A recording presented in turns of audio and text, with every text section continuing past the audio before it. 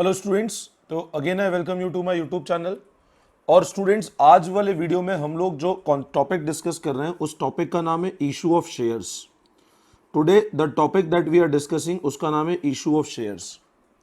अब issue of share का क्या कंसेप्ट है, क्या होता है इशू ऑफ शेयर। अब तुम एक चीज समझना, मैंने आपको पिछले वीडियोस के अंदर लगभग सारे टर्म समझा चुका हूं, जैसे फेस वैल्यू क्या होता है, प्रीमियम पे इशू क्या होता है, कोई भी कंपनी शेयर कैसे इशू करती है, सब्सक्राइब कैपिटल क्या होता है, ऑथोराइज कैपिटल क्या होता है, इशूड कैपिटल क्या होता है, मेमोरेंडम आर्टिकल, सारी चीजें समझा चुका हूं, ठीक है ना। अब आज वाले वीडियो के अंदर हम लोग कुछ जर्नल एंट्री का कंसेप्ट समझेंगे और शेयर इशू के अंदर क्या क्या सिचुएशन है वो समझेंगे, ठीक है ना। देखो, इशू ऑफ शेयर का मतलब क्या होता है, कंपनी पब्लिक को मार्केट में शेयर ऑफर कर रही है।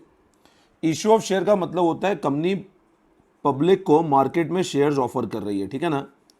और इशू ऑफ शेयर नॉर्मली दो फॉर्म में होता है, या तो आईपीओ के थ्रू होता है। आईपीओ कहता है इनिशियल पब्लिक ऑफर। आईपीओ का फुल फॉर्म होता है इनिशियल पब्लिक ऑफर, जो कंपनी मार्केट में शेयर होल्डर को ऑफर करती है, ठीक है ना।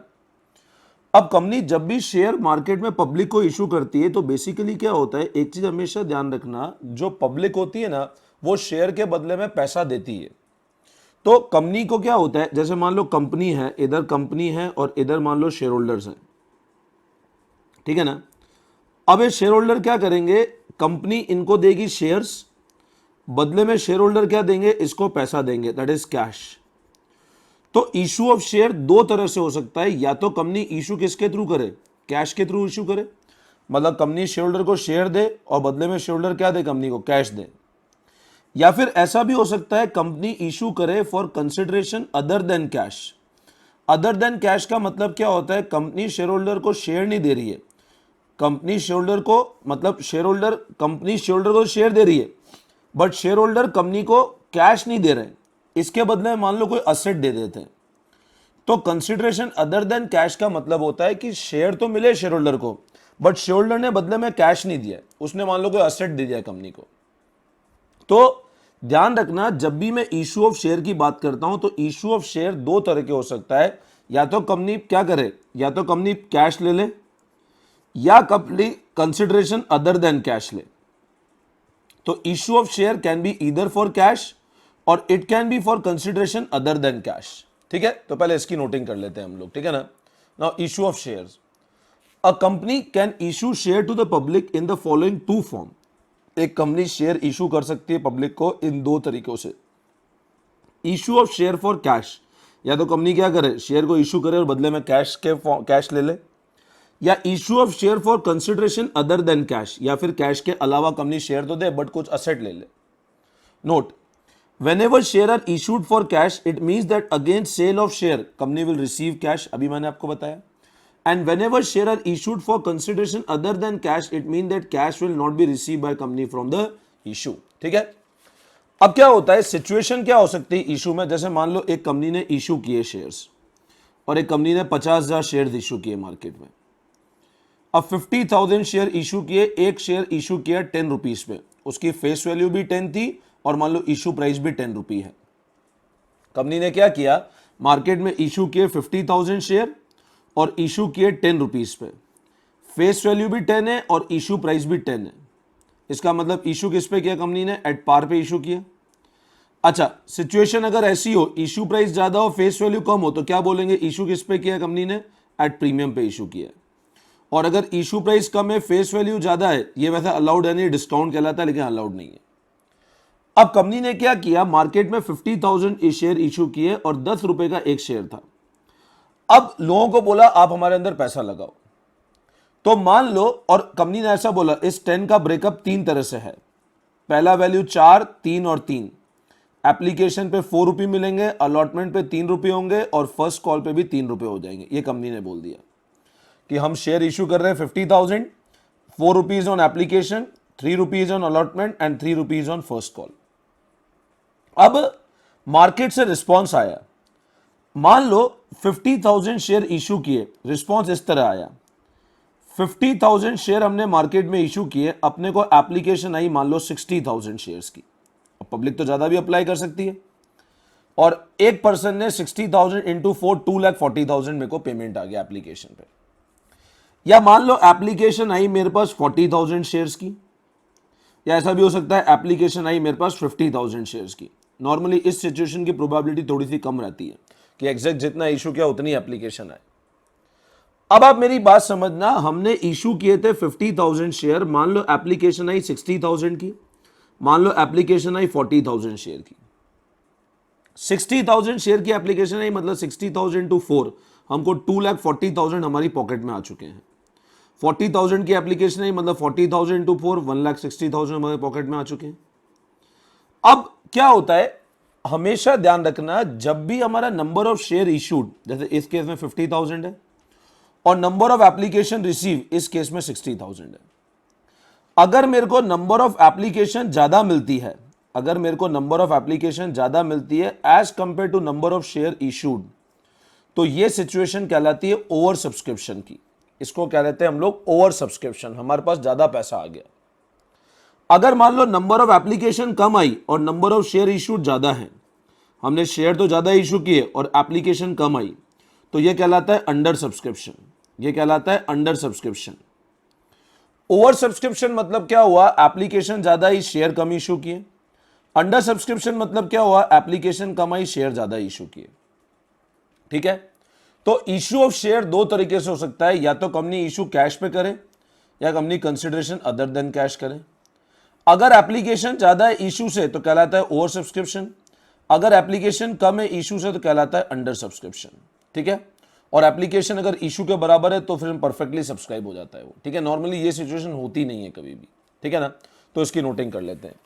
Situation in case of issue, whenever company issue shares to public, the issue can respond in the following manner। issue इस तरह से रिस्पॉन्ड कर सकता है। अब कैसे रिस्पॉन्ड कर सकता है, या तो number of application receive number of share issued के बराबर हो, या नंबर ऑफ एप्लीकेशन रिसीव कम हो, less than number of share issued. Less than इसका मतलब है less than number of share issued, इसका मतलब shares are said to be under subscribe.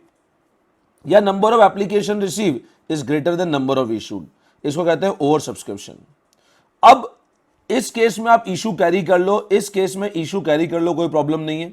But इस केस में इशू कैरी करने में थोड़ी सी टेक्निकलिटी है, पहले हम लोग वो समझ लेते हैं। मतलब अगर कभी भी शेयर्स ओवर सब्सक्राइब होंगे तो कंपनी क्या करती है। ठीक है ना, अब क्या होता है, ध्यान से समझना मेरी बात। अज्यूम करो हमने नंबर ऑफ शेयर इशू किए थे 50,000, हमने नंबर ऑफ शेयर इशू किए थे 50,000 और हमारे को एप्लीकेशन आ गई 60,000 की। अगर अंडर सब्सक्रिप्शन है तो प्रॉब्लम ही नहीं है। हमने इशू किया था 50,000 और एप्लीकेशन आ गई 60,000 की। अब क्वेश्चन ये आता है कि जो एक्सेस 10,000 है उसका क्या किया जाए, जो एक्सेस 10,000 है उसका क्या किया जाए।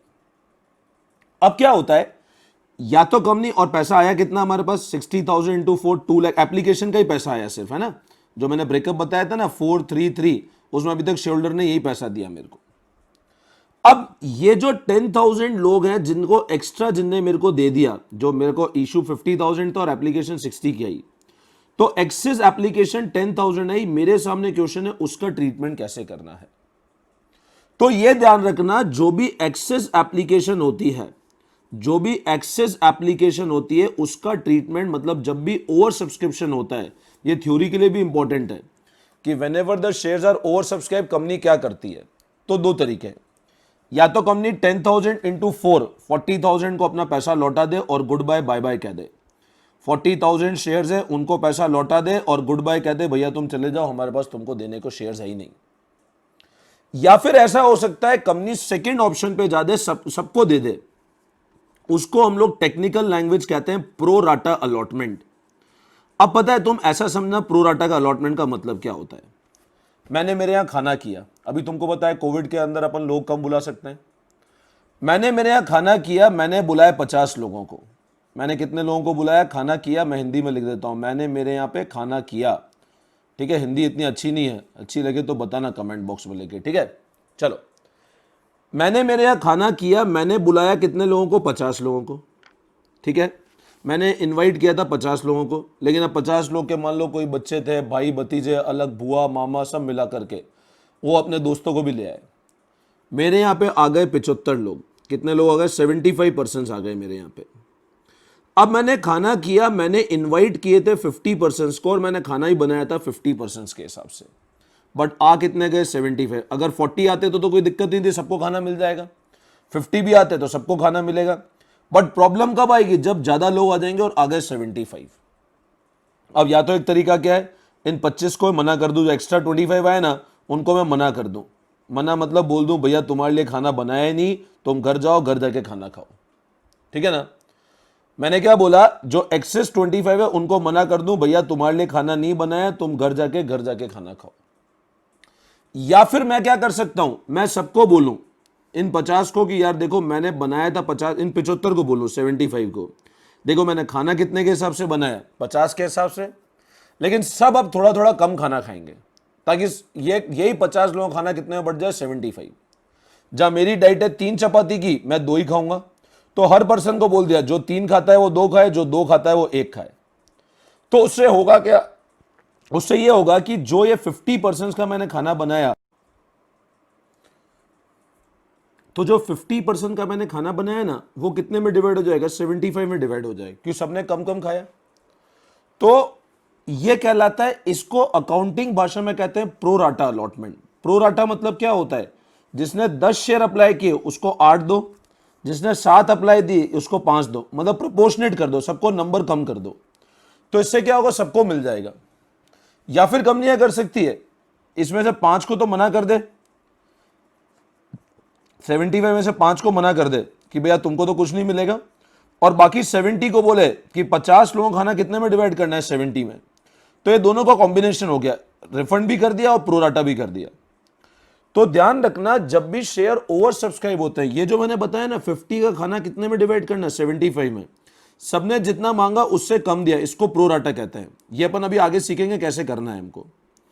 तो ओवर सब्सक्रिप्शन में ट्रीटमेंट क्या होता है, ओवर सब्सक्रिप्शन का मतलब क्या होता है, अपने को एप्लीकेशन ज्यादा ही, नंबर ऑफ शेयर इशू कम है। हम क्या कर सकते हैं, या तो एक्सेस एप्लीकेशन को रिजेक्ट कर दें, या हम लोग प्रोराटा अलॉटमेंट कर दें। ठीक है, ये 2 ऑप्शन होते हैं हमारे पास, अगर हमारे पास ज्यादा एप्लीकेशन आती है तो पहले इसकी नोटिंग कर लेते हैं हम लोग। Now treatment in case of over subscription, following is the treatment in case of over subscription. ये थ्योरी के लिए भी इंपॉर्टेंट है। Reject excess application and refund the money, या तो जो एक्सेस एप्लीकेशन है उसको रिजेक्ट करके पैसा लौटा दो, या allot the share on pro rata basis, या शेयर को कैसे अलॉट करो, प्रोराटा। प्रोराटा मतलब प्रोपोर्शनेट बेसिस, इसको प्रोपोर्शनेट भी कहते हैं, उसका शॉर्ट फॉर्म हो गया प्रोराटा। या कॉम्बिनेशन अबव टू, या इन दोनों का कॉम्बिनेशन लो, कुछ को मना कर दो और कुछ को प्रोपोर्शनेट कर दो। आई बात समझ में, ठीक है ना। तो ये हमारा एक मेन ट्रीटमेंट होता है इन case of over subscription of share. ठीक है, अब हम लोग जर्नल एंट्रीज देख लेते हैं, इन सारे केस में accounting in case of issue कैसे करनी है, फिर हम लोग बैलेंस शीट को स्टडी करेंगे। ठीक है ना। तो स्टूडेंट, अब जो अगला कंसेप्ट हम लोग डिस्कस कर रहे हैं इसी के अंदर, दैट इज अकाउंटिंग कैसे करना है इशू ऑफ शेयर्स की। आपको दिख रहा होगा मैंने कुछ जर्नल एंट्रीज कर रखी है। अब इन जर्नल एंट्रीज को ध्यान से समझना। देखो एक चीज हमेशा ध्यान रखना, हर जर्नल एंट्री का बेसिक लॉजिक वही चलेगा। कभी भी अगर हम बिजनेस में कैपिटल इंट्रोड्यूस करते हैं, अगर कभी भी बिजनेस में कैपिटल इंट्रोड्यूस करते हैं तो एंट्री क्या होती है, जैसे अगर तुमने प्रोप्राइटरशिप में ही पढ़ा था कि एंट्री क्या होती है, simple, bank account debit to capital. अब कंपनी के अंदर भी ध्यान रखना फाइनल एंट्री यही बनेगी, क्योंकि ये सब एंट्री हम शेयर्स इशू क्यों कर रहे हैं, कैपिटल के लिए, ठीक है ना। तो फाइनल एंट्री यही बनेगी, bank account debit to share capital. Capital की बजाय बस शेयर कैपिटल आ जाएगा, बट उसको अलग अलग स्टेजेस में एंट्री करेंगे, ठीक है ना। तो अकाउंटिंग एक बार समझते हैं अकाउंटिंग कैसे करनी है, फिर उसका एग्जाम्पल मैं समझाता हूं आपको, ठीक है। अब ये तो मैंने आपको पहले ही बताया था कि जब हम इशू करते हैं तो there are different stages. Application stage में स्टेज होती है, अलॉटमेंट स्टेज होती है, कॉल स्टेज होती है, ठीक है ना। तो जैसे मान लो हमने मार्केट में शेयर इशू किए, सबसे पहले शेयर होल्डर को पैसा देते हैं, जो फर्स्ट स्टेज होती है उसको एप्लीकेशन कहते हैं। तो for receipt of application money, bank account debit to share application account, ठीक है ना। हमने ये टेम्पररी अकाउंट ओपन कर दिया, शेयर एप्लीकेशन, जो लेटर ऑन वापस क्लोज करना है। पैसा आया, अभी तक कंफर्मेशन नहीं हुआ, सिर्फ एप्लीकेशन आई है मेरे पास, पैसा आया, मैंने उनको कंफर्म नहीं कि आपको शेयर्स मिलेंगे कि नहीं मिलेंगे, ठीक है ना। तो फर्स्ट एंट्री करनी है bank account debit to share application. फिर इस एप्लीकेशन मनी को अगर अपने को कैपिटल में ट्रांसफर करना है तो for transfer of application money, share application account debit to share capital account. अब तुम देखो एप्लीकेशन यहां था और यहां था, ये दोनों यहां से यहां कैंसिल हो जाएगा, तो एंट्री क्या बची, बैंक टू शेयर कैपिटल। अब ये सिर्फ एप्लीकेशन वाली स्टेज पे। अब एक बार वो कैपिटल में ट्रांसफर हो गया ना, इसका मतलब शेयर होल्डर कंफर्म हो गया। अब सेकंड स्टेज पे मेरे को उससे पैसा मंगवाना है, तो पहले तो वो पैसा देता है, फिर कंफर्म हो जाता है। अब सेकंड स्टेज पे मैं उससे पैसा मंगवाऊंगा तो अलॉटमेंट मनी को ड्यू करूंगा मैं। सेकंड स्टेज को अलॉटमेंट कहते हैं। तो अलॉटमेंट मनी को ड्यू करने की एंट्री, मतलब अलॉटमेंट को हम लोग ड्यू करेंगे, तो हमने अलॉटमेंट को डेबिट किया, allotment account debit to share capital. यहां पर ध्यान रखना, पहले पैसा अलॉटमेंट का आएगा नहीं, पहले अलॉटमेंट को ड्यू किया, तो एंट्री हुई allotment account debit to share capital. अब होगा अलॉटमेंट मनी के आने की, अब मेरे पास अलॉटमेंट का पैसा आ जाएगा, तो बैंक टू शेयर अलॉटमेंट। तुम देखो अलॉटमेंट से अलॉटमेंट वापस कैंसिल हो गया, एंट्री बची बैंक टू शेयर कैपिटल। आई बात समझ में? अगला उसी तरह अब कॉल मनी ड्यू करना है, तो शेयर मैंने डैश डैश इसलिए किया, मान लो फर्स्ट कॉल है, सेकंड कॉल है, थर्ड कॉल है, क्योंकि अब आगे स्टेज सब कॉल कहलाएगी। तो share call account debit to share capital, और जब पैसा आ जाएगा तो वापस बैंक टू शेयर कॉल। अब तुम सारी एंट्री का अगर फाइनल कंक्लूजन निकालोगे तो एंट्री यही बनेगी अपनी, बैंक टू शेयर कैपिटल। बस अलग अलग स्टेजेस में हमको एंट्री करनी है, ठीक है ना। बहुत सिंपल अकाउंटिंग मैंने आपको समझाई है। इशू ऑफ शेयर एप्लीकेशन आएगा तो bank to share application, application को ट्रांसफर करने के लिए bank to application to capital, allotment को ड्यू करने के लिए अलॉटमेंट टू कैपिटल, अलॉटमेंट को वापस हमको पैसा आने के लिए bank to share allotment, call को ड्यू करने के लिए कॉल टू कैपिटल और बैंक टू शेयर कॉल। आई बात समझ में? अभी प्रीमियम और उसकी कैसे करेंगे वो अपन आगे पढ़ेंगे, ठीक है ना। अब पहले इस पैटर्न पे एक बहुत सिंपल मैं आपको क्वेश्चन करा देता हूं, तो ध्यान देना। A company issued 20,000 share to public. एक बहुत सिंपल एग्जांपल मैं करा रहा हूं, ये इसी पैटर्न पे करना। आप बुक में देखोगे, आपको बुक में ऐसे एग्जांपल मिलेंगे ही नहीं, बेसिक एग्जांपल, ठीक है ना। तो क्वेश्चन क्या बोल रहा है? A company issued 20,000 shares to public at a face value of ₹10।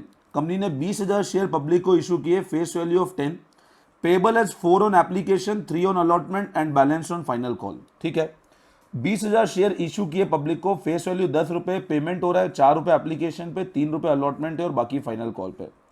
Pass necessary journal entry if application receive for 19,000 share.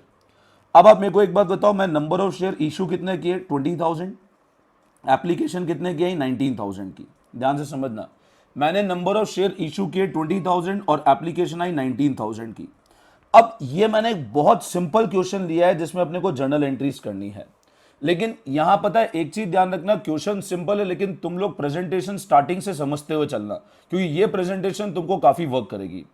अब जब भी कोई क्वेश्चन हो उसकी बेसिक समरी पहले नोटिंग कर लो। सॉल्यूशन के अंदर मैंने समरी नोट कर लिया।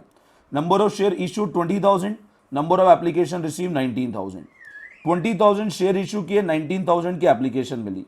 अब पेमेंट कैसे हो रहा है? 4 on application, 3 on allotment and 3 on final call. ठीक है, तो फर्स्ट कॉल ही है यहाँ पर, तो 3 ऑन फर्स्ट कॉल। ये ऐसा स्ट्रक्चर हर क्वेश्चन में अपन बनाएंगे। अब पहली स्टेज पे कितना है? 19,000 इंटू 4, 76,000। फर्स्ट एंट्री करी, bank account debit to share application, 19,000 into 4, 76,000। अगला एप्लीकेशन को ट्रांसफर करने के लिए application to share capital, again 76। Allotment due किया, अब 19,000 इंटू 3, यहां पर ये ध्यान रखना 19,000 इंटू 3, 57,000 से अलॉटमेंट ड्यू किया मैंने, ठीक है ना, क्योंकि अलॉटमेंट उन पे ड्यू करेंगे जिनसे अपने को जितनी एप्लीकेशन कंफर्म हुई। तो बैंक टू शेयर अलॉटमेंट कितना हो जाएगा? Again same 57,000। 60,000 मत करना, है ना, ये मिस्टेक हो गई, 60,000 नहीं करना, 57,000 से बैंक टू शेयर अलॉटमेंट, ठीक है ना।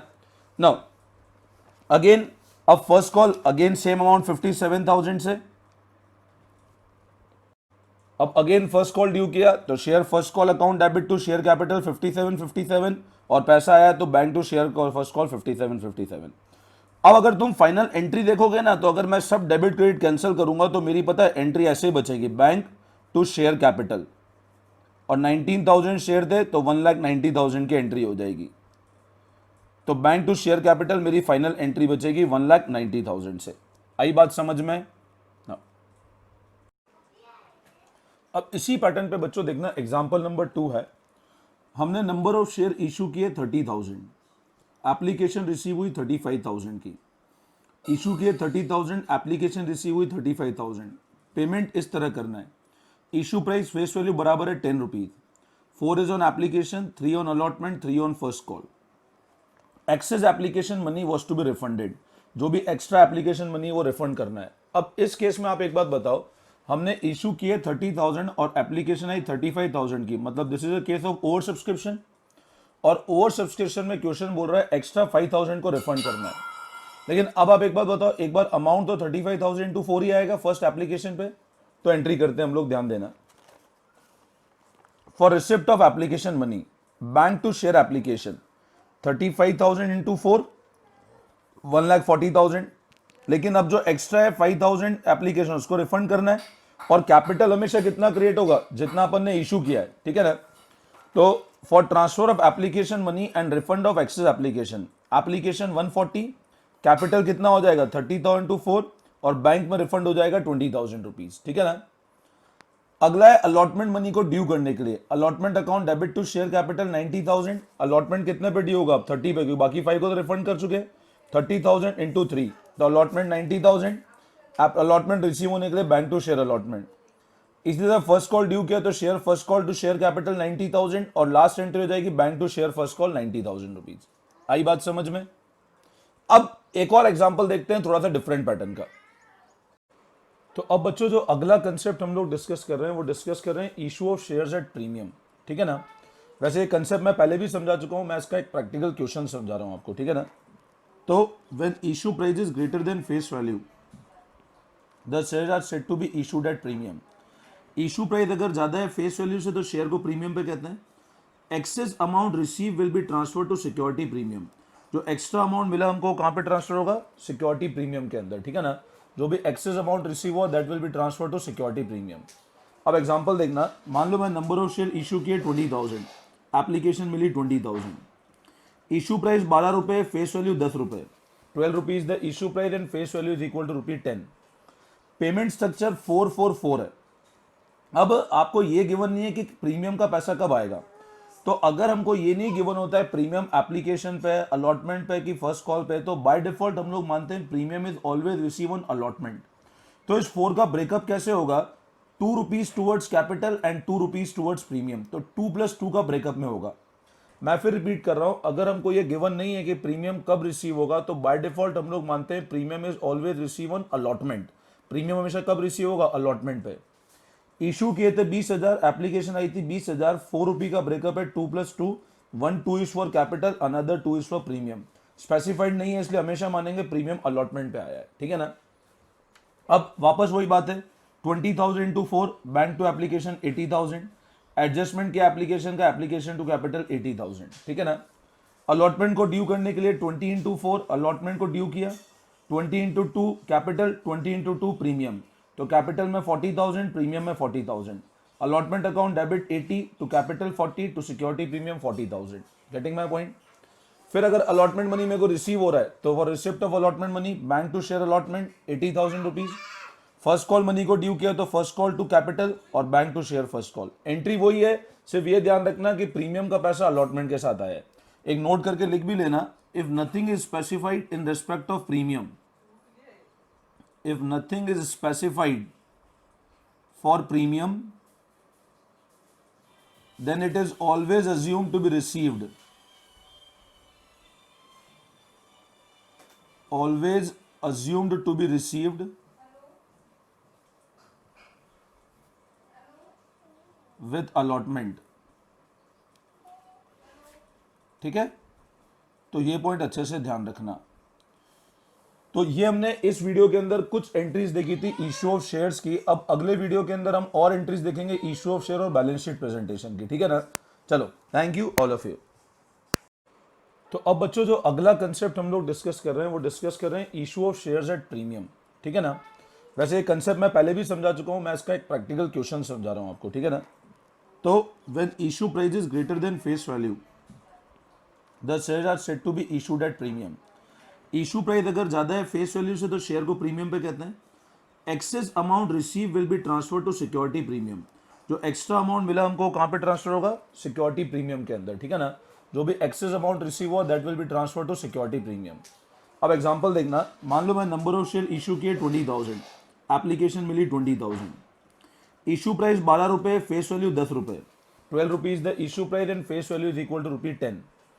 पेमेंट स्ट्रक्चर 444 है। अब आपको ये गिवन नहीं है कि प्रीमियम का पैसा कब आएगा। तो अगर हमको ये नहीं गिवन होता है प्रीमियम एप्लीकेशन पे, अलॉटमेंट पे कि फर्स्ट कॉल पे, तो बाय डिफॉल्ट हम लोग मानते हैं premium is always receive on allotment. तो इस 4 का ब्रेकअप कैसे होगा, 2 rupees towards capital and 2 rupees towards premium, तो 2 + 2 का ब्रेकअप में होगा। मैं फिर रिपीट कर रहा हूं, अगर हमको ये गिवन नहीं है कि प्रीमियम कब रिसीव होगा, तो बाय डिफॉल्ट हम लोग मानते हैं premium is always receive on allotment. Premium हमेशा कब रिसीव होगा? अलॉटमेंट पे। इशू किए थे 20,000, एप्लीकेशन आई थी 20,000, 4 रुपी का ब्रेकअप है, 2+2, 1 2 is for capital, another 2 is for premium. Specified नहीं है इसलिए हमेशा मानेंगे प्रीमियम अलॉटमेंट पे आया है, ठीक है ना। अब वापस वही बात है, 20,000 into 4, bank to application 80,000, adjustment किया एप्लीकेशन का, एप्लीकेशन टू कैपिटल 80,000, ठीक है ना। अलॉटमेंट को ड्यू करने के लिए 20 इंटू 4 अलॉटमेंट को ड्यू किया, 20 इंटू 2 कैपिटल, 20 इंटू 2 प्रीमियम, तो कैपिटल में 40,000, प्रीमियम में 40,000। Allotment account debit 80 to capital 40 to security premium 40,000। Getting my point. फिर अगर अलॉटमेंट मनी मेरे को रिसीव हो रहा है तो for receipt of allotment money bank to share allotment 80,000 rupees. First call money को ड्यू किया तो फर्स्ट कॉल टू कैपिटल और bank to share first call. Entry वही है, सिर्फ ये ध्यान रखना कि प्रीमियम का पैसा अलॉटमेंट के साथ आया है। एक नोट करके लिख भी लेना, if nothing is specified in respect of premium, if nothing is specified for premium, then it is always assumed to be received. Always assumed to be received with allotment. ठीक है, तो ये पॉइंट अच्छे से ध्यान रखना। तो ये हमने इस वीडियो के अंदर कुछ एंट्रीज देखी थी इशू ऑफ शेयर्स की। अब अगले वीडियो के अंदर हम और एंट्रीज देखेंगे इशू ऑफ शेयर और बैलेंस शीट प्रेजेंटेशन की, ठीक है ना। चलो, thank you all of you.